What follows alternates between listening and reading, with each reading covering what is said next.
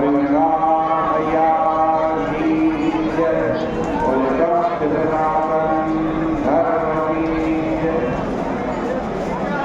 पतित पावनी कलिमल हारिणी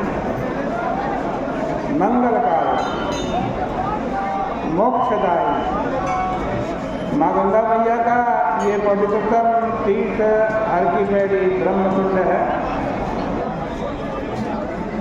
जन्माष्टमी का समय सन्निकट है। सोमवार को भगवान श्री कृष्ण जन्माष्टमी का पावन पर्व है। आज से श्री कृष्ण जन्म की चर्चा प्रारंभ कर रहे हैं।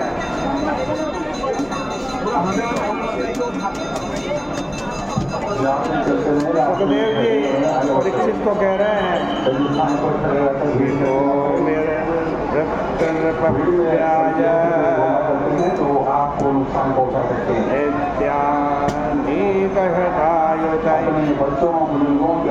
आक्रांता घोरी भारेण ब्रह्माणं शरणं ययो।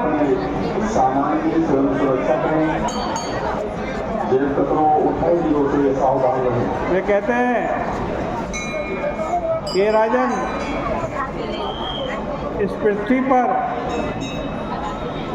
हजारों लाखों दैत्य राजाओं के रूप में प्रकट हो गए।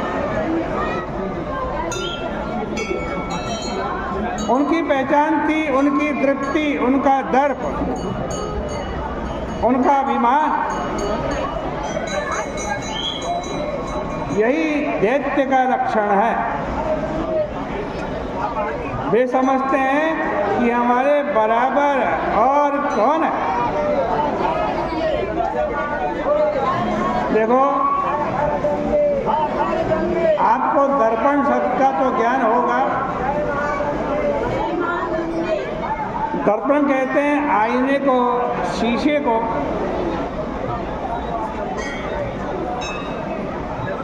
दर्पण का एक अर्थ और है, द्रप्यति अनेन इति दर्पण। इसमें अपना मुंह देखकर, मुंह से ऐंठकर और बड़ी बड़ी आंखें निकालकर आदमी यह समझे कि हमारे समान दूसरा कौन। मनुष्य को जब अपनी सांसारिक संपत्ति देख करके दर्प होता है तब वह तृप्त हो जाता। इस प्रकार के स्वभाव वाले दैत्यों ने पृथ्वी का भार बढ़ा दिया। पृथ्वी व्याकुल होकर के भगवान के पास जाने को तत्पर हुई, परंतु भूदेवी ने सोचा कि भगवान तो वैकुंठ में उसकी सौत के पास है, इसलिए मैं उनके घर कैसे जाऊं। उसने विचार किया कि अपना पति यदि सौत के घर में हो और उसके पास कभी जाना हो तो बेटे को साथ लेकर जाना चाहिए, अकेले कभी नहीं जाना चाहिए। इसलिए भूमि देवी अपने पुत्र ब्रह्मा जी के पास गई। ब्रह्माणं शरणं ययौ। माँ भूदेवी गाय बन गई और जैसे पुत्र को देख करके माता को वात्सल्य उत्पन्न होता है, वही स्थिति उसकी हो गई। किंतु गौरवत्वाश्रुमुखी खिन्ना, गाय की आंखों में आंसू बहकर मुख पर आ रहे हैं। उसका हृदय खिन्न हो गया है और वह करुण क्रंदन कर रही है।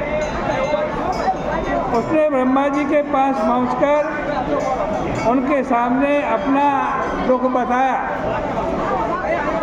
ब्रह्मा जी ने तुरंत उसके दुख को समझा और कहा कि अकेले काम नहीं बनेगा। वे भूदेवी, भगवान शंकर और अन्यान्य प्रमुख देवताओं को साथ लेकर क्षीर सागर के तट पर गए। यहाँ इसका आध्यात्मिक अर्थ देखो, जैसे बाह्य देह में रहने वाली जो वृत्ति है वो अंतःकरण में चली जाए, उसी तरह गाय ब्रह्मा के पास गई और वहाँ संपूर्ण इंद्रियों की वृत्ति की तरह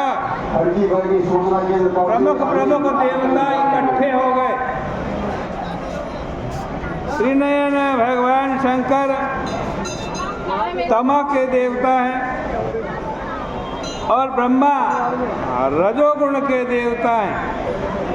वे सब के सब क्षीर पयोनिधि रूप सत्य समुद्र में विराजमान भगवान के पास गए और वहाँ जाकर उन्होंने भगवान की पुरुष सूक्त के द्वारा स्तुति करी। बोले कृष्ण कन्हैया लाल।